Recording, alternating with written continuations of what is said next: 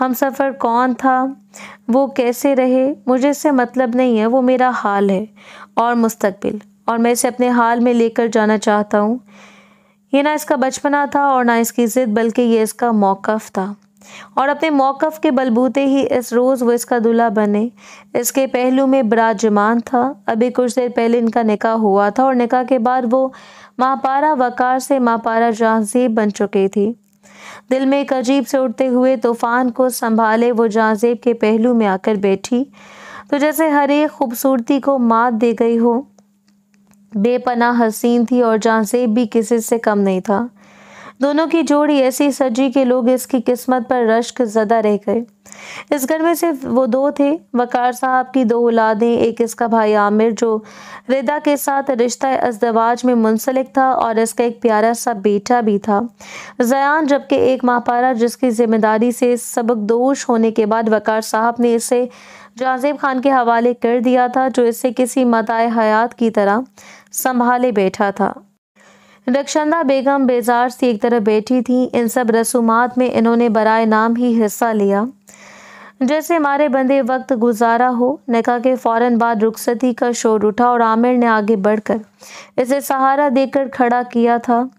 عامر کے گلے لگ کر وہ شدت سے رو پڑی۔ رخصتی کے وقت وہ دور کھڑا بس اسے اتنی شدت سے روتے ہوئے دیکھ رہا تھا۔ وہ ذہن میں سوچ رہا تھا کہ وہ بس آخری بار رو رہی ہے، اس کے بعد وہ اسے دوبارہ رونے نہیں دے گا۔ نہ جانے کیوں اس کے دل میں یہ بات شدت سے گردش کر رہی تھی کہ وہ اس لڑکی کے دل و دماغ اور نس نس میں اپنی محبت انڈیلنے میں کامیاب ہو جائے گا۔ وہ اتنی شدت کے ساتھ چاہے گا کہ وہ ہر ایک چیز کو فراموش کر دے، لیکن کوئی نہیں جانتا تھا کہ ایسی کون سی آزمائشیں ان کے راستے میں آنے والی ہیں جو ان کی بنیادوں کو ہلا کر رکھ دیں گی۔ حویلی لانے کے بعد رخشندہ بیگم نے کوئی رسم نہیں کی، بلکہ ڈائریکٹ اسے کمرے میں بھیج دیا۔ ملازمہ کے ساتھ اسے کمرے تک پہنچا دیا اور پھر ملازمہ نے بیگم صاحبہ کے حکم سے ہی اسے دروازے تک چھوڑ دیا۔ وہ خود اپنے کمرے میں چلی جائے، دروازے کے سامنے وہ اسے چھوڑ کر واپس چلی گئی، جبکہ وہ حیرت سے عجیب سی کیفیت کا شکار وہیں کھڑی رہ گئی۔ وہ اس وقت اپنے دوستوں کے گھیرے میں بیٹھا ہوا تھا۔ اس کا بہترین دوست اسد اس کے قریب بیٹھا، کچھ دیر اس کے چہرے کو دیکھتا رہا اور پھر اس کی جانب جھکا۔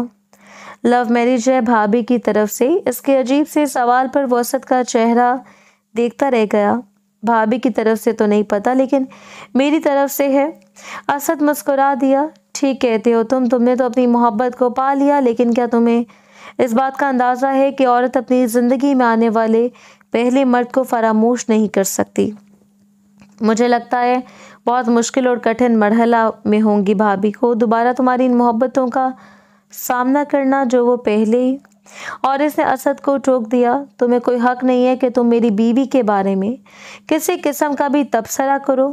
اسد خاموش رہ گیا، بس اس کے چہرے کو دیکھتا رہا۔ رخشندہ بیگم نے اسے جو زہر گھولنے کے لیے کہا تھا، اس زہر کا ایک ہلکا سا قطرہ تو اس نے اس کی سماعتوں میں انڈیل دیا تھا، اور وہ جانتا تھا یہ کام کرے گا، اور یہی کسر رخشندہ بیگم نے خود ہی پوری کر دی۔ اس کے بستر پر بیٹھے اس وقت وہ اس کا انتظار کر رہی تھی جب کمرے میں رخشندہ بیگم داخل ہوئی۔ اس نے حیرت سے اپنے سامنے کھڑی ہوئی رخشندہ بیگم کو دیکھا تھا۔ تم جانتی ہو کہ جہاں زیب تم سے محبت کرتا ہے، انہوں نے بات کا آغاز کیا، لیکن مجھے نہیں لگتا کہ کسی بھی مرد کی محبت دیر پا ہو سکتی ہے۔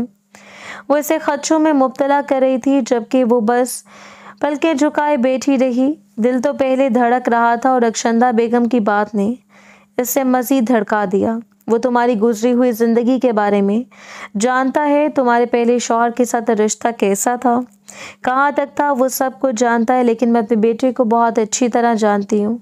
اگر تم اسے کہو گی کہ تمہارا پہلے شوہر کے ساتھ رشتہ اتنا مضبوط نہیں تھا اور نہ ہی تمہارے دل میں اس کے لیے کوئی جگہ ہے، تو ہو سکتا ہے وہ تمہیں کبھی بھی باوفا عورت نہ سمجھے، کیونکہ میں ایک ماں کی حیثیت سے تمہیں آنے والے وقت سے آگاہ کر رہی ہوں۔ اگر تم چاہتی ہو کہ تم اس کے دل میں جگہ بنا پاؤ تو اپنے شوہر سے اس کی محبت کا تذکرہ ضرور کرنا، جس کے بعد وہ تمہارے بارے میں یہ سوچنے پر مجبور ہو جائے کہ تم اپنے پہلے شوہر کے ساتھ وفادار رہی ہو اور کسی بھی نئے مرد کا ساتھ پانے کے بعد اس کی جانب سے غافل نہیں ہوئی۔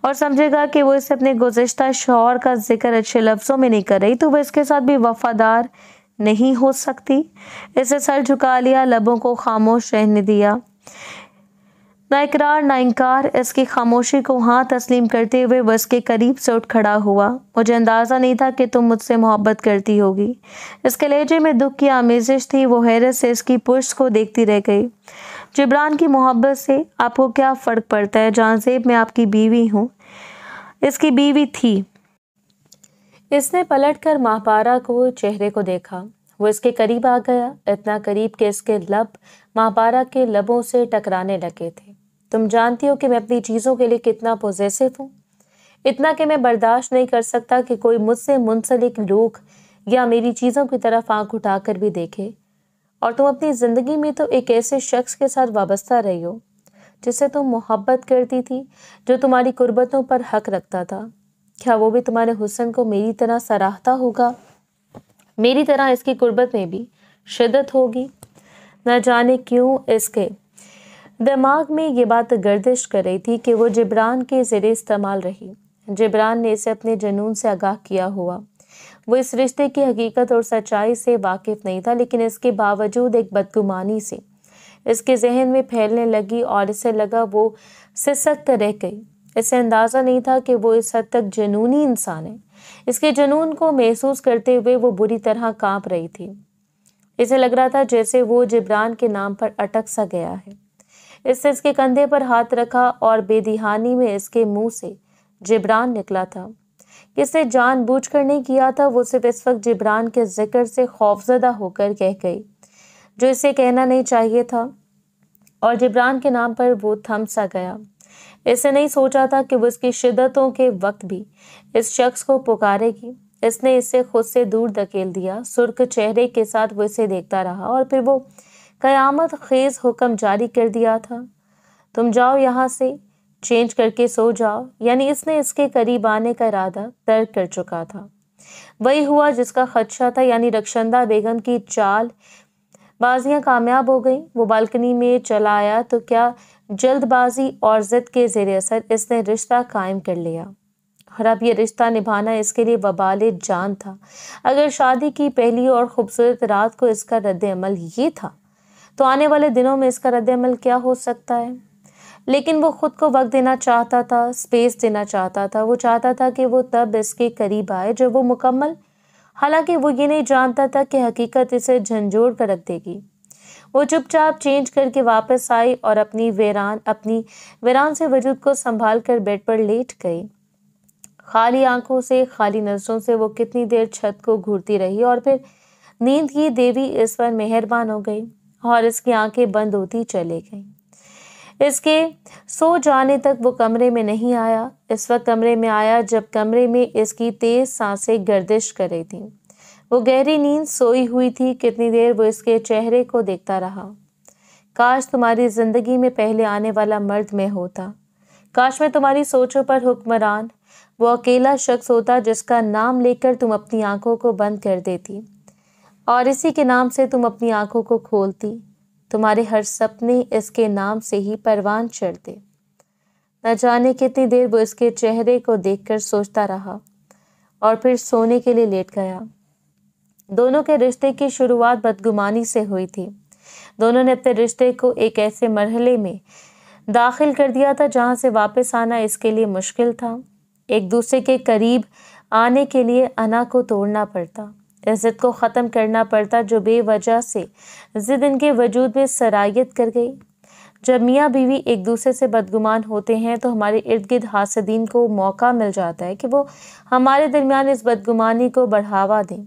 کوشش کریں کہ اپنے درمیان ہر فیصلے کو صرف اپنے تک محدود رکھیں، چاہے اکیلے میں آپ ایک دوسرے کے گریبان کو پکڑ لیں، لیکن لوگوں کے سامنے ہمیشہ مسکراتے ہوئے ایک دوسرے کی عزت کریں تاکہ لوگوں کو موقع نہ ملے۔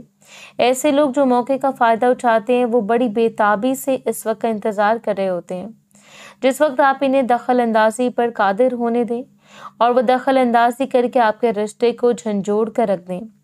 اور ان دونوں کے ساتھ بھی ایسے ہی ہوا تھا۔ حیرت انگیز طور پر رخشندہ بیگم کا رویہ اس کے ساتھ بہتر سے بہترین ہوتا چلا گیا۔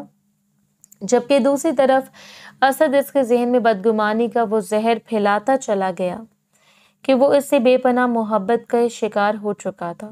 حالانکہ وہ اس کو زیادہ تذکرہ نہیں کرنے دیتا تھا، وہ نہیں چاہتا تھا کہ اسد کی زبان پر اس کی بیوی کا نام آئے، لیکن پھر بھی کسی نہ کسی طرح، کسی نہ کسی بات کے ذریعے وہ اس کے ذہن میں وہ خیال انڈیل دیتا، جس خیال کو عملی جامہ پہنانے کے لیے رخشندہ بیگم موجود ہوتی، اور شادی کے صرف ایک ہفتے میں ہی ان دونوں کے درمیان خاموشی چھا گئی۔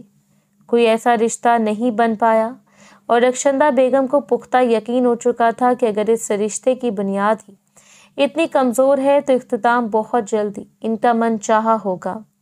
انہوں نے ماہپارہ کو مکمل اپنی گرفت میں کر لیا تھا، اسے اپنے پیار کے جال میں پھنسا کر وہ قتل کر چکی تھی کہ ان سے بڑا ہمدرد تو کوئی ہو نہیں سکتا، اور ان کی سوچوں کا شکار ہو کر ان کی باتوں پر عمل کرتے ہوئے وہ مسلسل اس سے دور ہو گئی۔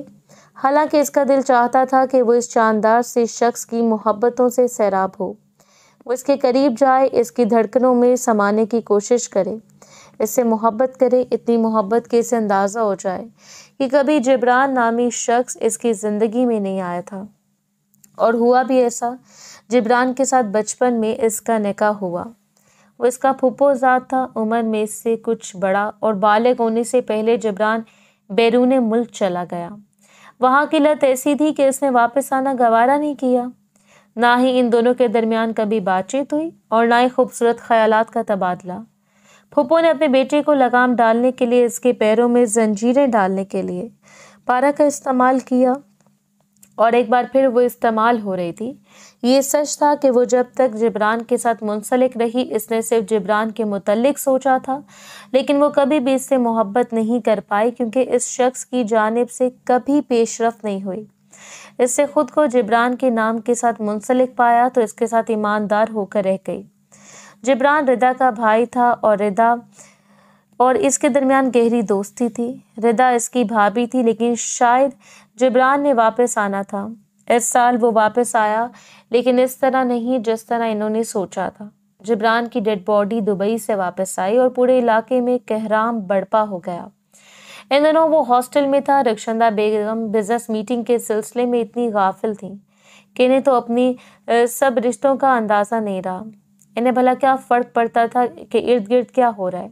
وہ اپنا شمار ان لوگوں میں کرتی تھی جنہیں کسی کی زندگی میں مداخلت کرنا اچھا نہیں لگتا، اور نہ ہی وہ اپنی زندگی میں کسی اور کو مداخلت کرنے دیتی۔ جبران کی ڈیڈ باڈی کو دیکھ کر وہ حقیقت میں اذیت کا شکار ہو کر رہ گئی۔ ایک ایسا شخص جو اس کے ساتھ منسلک تھا، ایک ایسا شخص جس کے ساتھ اس نے حسین سپنے دیکھے تھے، آج وہ اس کے سامنے اس حال میں تھا۔ اور پھر لوگوں کی باتیں، لوگوں کی دقیانوسی سوچ نے اسے پھر سے اسی تکلیف سے دوچار کر دیا۔ لوگوں کے بقول وہ اچھی تقدیر کی مالک نہیں تھی۔ یہ سب کچھ اس کی وجہ سے ہوا کہ وہ جبران کی زندگی میں آنے سے پہلے بیوہ ہو گئی۔ لوگوں نے اس کے ساتھ ہمدردی اور طنز کے ایسے ٹیگ لگائے کہ وہ صرف اپنے کمرے کی ہو کر رہ گئی۔ باہر کے لوگوں کے ساتھ اس نے ہر رشتہ ختم کر دیا۔ وہ گھبراتی تھی کسی بھی نئے رشتے سے، اسے یوں لگتا تھا جیسے وہ ہر ایک کے لیے وبال جان ہے، اور یہی غیر اعتمادی اس کے اور جہانزیب کے رشتے کو نگل رہی تھی، کیونکہ اسے خود پر اعتماد نہیں تھا۔ اسے لگتا تھا جیسے وہ کسی کی بھی زندگی میں آ کر اس کے لیے بگاڑ پیدا کر دے گی۔ ان سب حالات اور جہانزیب کی بے رخی سے تنگ آ کر اس روز اس نے رخشندہ بیگم سے اجازت طلب کی کہ وہ کچھ دنوں کے لیے اپنے میکے جانا چاہتی ہیں، اور رخشندہ بیگم نے فوراً ہی کہہ دیا کہ اسے جہانزیب سے پوچھنے کی ضرورت نہیں ہے، کیونکہ جہانزیب تو سنتے ہی اسے منع کر دے گا۔ وہ خود جہانزیب سے بات کر لیں گی، وہ جیسے اجازت چاہے۔ ڈرائیور کے ساتھ کھڑے اس نے کالز کی، لیکن جہانزیب ضروری میٹنگ میں تھا۔ وہ بے وجہ ایک دوسرے کو کال بھی نہیں کیا کرتے تھے۔ جہانزیب صرف اس انتظار میں رہ گیا کہ وہ کب اس کی جانب قدم بڑھائے گی، اور وہ اس انتظار کا شکار رہ گئی کہ جہاں سے ساری بدگمانیوں کو پسے پش ڈال کر اس کی جانب پلٹے گا، کیونکہ رخشندہ بیگم کے بقول ان کا بیٹا بہت پختہ مزاج کا مالک ہے۔ وہ کبھی بھی کسی ایسی لڑکی کو پسند نہیں کرے گا جو خود اس کی جانب پیش رفت کرے۔ اس روز بھی رخشندہ بیگم کی بات مان کر وہ وہاں سے چلی گئی، لیکن وہاں جا کر بھی سکون نہیں تھا۔ ردا نے اس کا بجھا ہوا چہرہ دیکھا تو بے اختیار اس کے ہاتھوں کو تھام لیا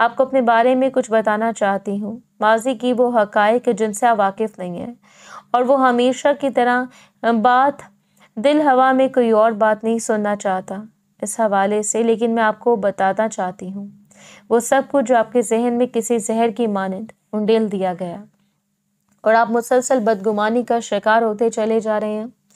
وہ حیرت سے اسے دیکھتا رہ گیا جب اس نے اپنے اور جبران کے رشتے کی حقیقت سے اسے آگاہ کر دیا، اور سچ میں حیران ہوا۔ اسے لگا تھا کہ جبران کے ساتھ وہ مکمل رشتے میں رہی، جبران اس کا شوہر تھا، لیکن اب اسے معلوم ہوا کہ رشتہ صرف نکاح کی حد تک قائم رہا، اور اس کے بعد موت کے ظالم فرشتے نے جبران کو اتنا موقع ہی نہیں ملنے دیا کہ وہ اس کے ساتھ اپنی عملی زندگی کا آغاز کرتا۔ یہ سب کچھ سننے کے بعد وہ خاموش ہو گیا۔ جہاں پہلے وہ سمجھاتا تھا کہ ساری غلطی اس کی بیوی کی ہے، اسے اندازہ ہوا کہ غلطی اس کی بھی ہے۔ اسے سن لینا چاہیے تھا، اس سے پہلے اس سب سے آگاہ ہو کر اپنے اندر کی بدگمانیوں کو ختم کر دینا چاہیے تھا۔ اس روز وہ رات گئے تک باہر رہے اور پھر واپس آئے۔ پہلی بار ان کے درمیان اتنی خوبصورتی بھرے لمحات گزرے تھے۔ آئی ایم سوری جانا، شاید میں بزدلی کا شکار ہو گیا، شاید میں نے ایک ایسی لڑکی کو تسلیم کر لیا جو بیوہ تھی، لیکن یہ تسلیم نہیں کر پایا کہ وہ کسی کے ساتھ منسلک تھے۔ اس وقت اسے سمیٹ کر وہ بے حد قریب کیے ہوئے تھا۔ اس کی آنکھیں بھیگنے لگیں۔ اگر جبران اور میرے درمیان کوئی تعلق بھی ہوتا تو میرا کوئی قصور نہیں تھا، یہ سب خدا کے حکم سے ہونا تھا۔ تو میرا بھی کوئی قصور نہیں تھا، یہ سب خدا کے حکم سے ہونا تھا۔ اگر وہ میری تقدیر میں لکھا ہوتا اور اس کے وجہ سے مجھ سے دور کر دیا جاتا، آپ کو جیسے ہر مرد کو اس سوچ سے باہر آ جانا چاہیے کہ پہلے کسی کے استعمال میں رہ کر کوئی بھی غلیظ ہو جاتا ہے، چاہے وہ جائز تعلق ہو۔ وہ کہہ گئی اور اس نے سمیٹتے ہوئے اسے اپنے قریب کر لیا اور اس کے لبوں پر نرمی سے جھکتا چلا گیا۔ آج وہ اسے میسر ہو چکی تھی۔ آج وہ اسے بتانا چاہتا تھا کہ محبت کیا ہوتی ہے، جبکہ دوسری طرف رخشندہ بیگم تو اپنے کمرے میں جلے پیر کی بلی کی طرح گردش کر رہی تھی۔ انہیں اندازہ نہیں تھا کہ وہ لڑکی یوں پل بھر میں سارا کھیل بدل دے گی۔ اس کی شدتوں سے گھبراتے ہوئے اس نے نرمی سے اس کے سینے پر اپنا ہاتھ رکھ دیا۔ جہاں زیب مجھے سانس تو لینے دے، لیکن آج وہ اسے اتنی فرصت دینے کے موڈ میں نہیں تھا۔ نہیں جہاں زیب کی جان، اب مزید نہیں، تم سے دوری مجھے گوارا نہیں ہے۔ اس سے اپنے قریب کرتے ہوئے وہ اس کے ایک ایک نقش پر اپنی محبت نچھاور کرا تھا اور وہ اس کی محبتوں میں سیراب ہوتی چلی جا رہی تھی۔ یہ رات اس کی سوچ سے زیادہ حسین تھی جب اس پوری رات میں اس نے اسے اچھی طرح باور کروا دیا کہ وہ اس کے لیے کتنی اہمیت رکھتی ہے۔ خدا جب ہم سے کچھ لیتا ہے تو اس کے بدلے ہمیں بہترین سے نواز دیتا ہے، کیونکہ وہ دینے پر قادر ہے۔ اس کے ساتھ حساب کتاب نہیں رکھتے، یہ سارے حساب کتاب تو انسان کے بنائے ہوئے ہیں۔ اگلی صبح بھی بے حد خوبصورت تھی۔ وہ جہاں زیب کے بازو میں تھی اور اس نے نرمی سے خود کو آزاد کیا۔ جب جہاں زیب کی آنکھ کھلی اور اس نے کھینچ کر اسے اپنے سینے پر سلا لیا۔ مجھے اٹھنے دیں جہاں زیب، میں نے نیچے جانا ہے، اس نے کسمساتے ہوئے کہا، لیکن اس سے پہلے ایک پیاری سی کس میرا حق بنتی ہے، جہاں زیب نے آنکھیں بند کر کے کہہ دیا اور اس کی بے باکیوں پر سرخ ہو گئی۔ ہرگز نہیں، لیکن اس سے پہلے وہ اسے اپنے اوپر جھکا چکا تھا۔ بڑی مشکل سے اس نے خود کو اس شخص کی گرفت سے آزاد کیا۔ فریش ہونے کے بعد وہ نیچے آ گئی۔ رخشندہ بیگم اس کی جانب بڑھی اور سختی سے جھنجھوڑتے ہوئے اسے سخت نظروں میں دیکھتی رہ گئی۔ تمہاری اتنی ہمت کہ تم ہوتی کون ہو میرے بیٹے کو اپنی انگلیوں کے اشاروں پر نچانے والی؟ کل جب واپس چلی گئی تھی تو پھر واپس آنے کی ضرورت ہی کیا تھی؟ صرف ایک لمحہ لگا تھا رخشندہ بیگم کو اپنی ساری بناوٹی محبتوں کو بھول جانے میں، اور اس لمحے ان کے تپے ہوئے چہرے کو دیکھ کر وہ مسکرا دی۔ آنٹی، آپ کا بیٹا میرا شوہر ہے، مجھ پر حق رکھتا ہے اور اس طرح میں بھی ان پر حق رکھتی ہوں۔ یہ میرا گھر ہے، جب دل چاہے یہاں سے چلی جاؤں اور جب دل چاہے یہاں واپس آ جاؤں۔ اس کا لہجہ بے حد نرم تھا اور وہ تمیز کے دائرے میں رہتے ہوئے بات کر رہی تھی۔ تم بہت ہواؤں میں اڑ رہی ہو، تم جانتی ہو کہ میں تمہارے پڑ کاٹ کر تمہیں زیر زمین دفن کر دوں گی۔ ان کا لہجہ بہت سخت تھا، وہ کسی طرح بھی اپنے غصے کو نارمل نہیں رکھ سکتی تھی۔ آنٹی، آپ پہلے یہ کر کے دیکھ چکی ہیں، مزید کر کے دیکھ لیں، لیکن میں آسانی سے اپنی جگہ چھوڑنے والی نہیں ہوں۔ آپ میرے لیے قابل عزت ہیں، میں ہمیشہ آپ کی عزت کرتی رہوں گی، تب تک جب تک کہ آپ کے دل میں اپنی جگہ نہ بنا سکوں، لیکن اس کے لیے میں اپنے شوہر سے بگاڑ نہیں رکھ سکتی، وہ میرے لیے سب سے بڑھ کر ہے۔ مسکراہٹ بھری نظر ان کے چہرے پر ڈال کر وہ پلٹ گئے تھے۔ اب اسے سوچ لیا تھا کہ تہذیب سے باہر بھی نہیں نکلنا اور اپنے حق کو بھی نہیں چھوڑنا۔ اسے جہانزیب سے محبت تھی اور اب اس محبت کو بس نبھانا باقی تھا، اور اسے نبھانا وہ ہر صورت جانتی تھی۔ اس روز اسد شیرازی اس سے ملنے کے لیے آیا۔ رخشندہ بیگم نے اپنا آخری پینترا استعمال کرنا چاہا۔ اس نے ایک بار پھر ماہپارہ کا تذکرہ کیا اور وہ چپ چاپ سنتا رہا۔ مجھے تو بس اس بات کا افسوس ہے کہ وہ جتنا بھی تمہارے ساتھ وفاداری نبھا لیں، لیکن پھر بھی تم ان کی زندگی کے پہلے مرد تو نہیں ہونا۔ اس نے ایک طنز بھری مسکراہٹ سے اسد شیرازی کے چہرے کو دیکھا تھا۔ یہ پڑھاتے ہوئے پاٹھ کسی اور کو جا کر پڑھانا، وہ بہت نرمی سے بات کر رہا تھا، لیکن اس کے چہرے پر پھیلی ہوئی سنجیدگی اسد کے دل کو دھڑکا گئی۔ آج کے بعد اگر میرے سامنے آ کر میری بیوی کے بارے میں کوئی بھی بات کرنے کی کوشش کی تو تمہاری زبان کو گدی سے کھینچ کر تمہارے ہاتھ پر رکھ دوں گا۔ تم جانتے ہو جہانزیب خان اپنی بات سے پیچھے نہیں ہٹتا۔ تم غصہ کر کے جہانزیب، میں تو بس بات، اب تم جا سکتے ہو، اور کوشش کرو کہ آج کے بعد ایسی بات تمہارے منہ سے نہ سنو۔ بہتر اپنی زندگی تک محدود رہو۔ میری زندگی میں تانگ جھانک کرنے کی کوشش کی تو کچھ بھی دیکھنے کے قابل نہیں رہو گے۔ اس روز اس نے اسد شیرازی کو اچھا خاصا جھاڑتے ہوئے خود سے دور کر دیا۔ ان لوگوں کی چھانٹ کر دینی چاہیے جو لوگ آپ کے رشتوں کے لیے وبال جان ہیں، ورنہ جس دن آپ سارے رشتوں سے ہاتھ دھو کر اکیلے رہ جائیں گے، یہی لوگ آپ کو ہمدردی بھری نظروں سے دیکھتے ہوئے کہہ دیں گے کہ ہم نے اس وقت بھی کہا تھا۔ سوچ سمجھ کر قدم رکھو، اور آپ ان کی منافقانہ سوچ پر صرف افسوس کرنے کے قابل ہوں گے اور کچھ نہیں، کیونکہ تب یہی ممکن ہوتا ہے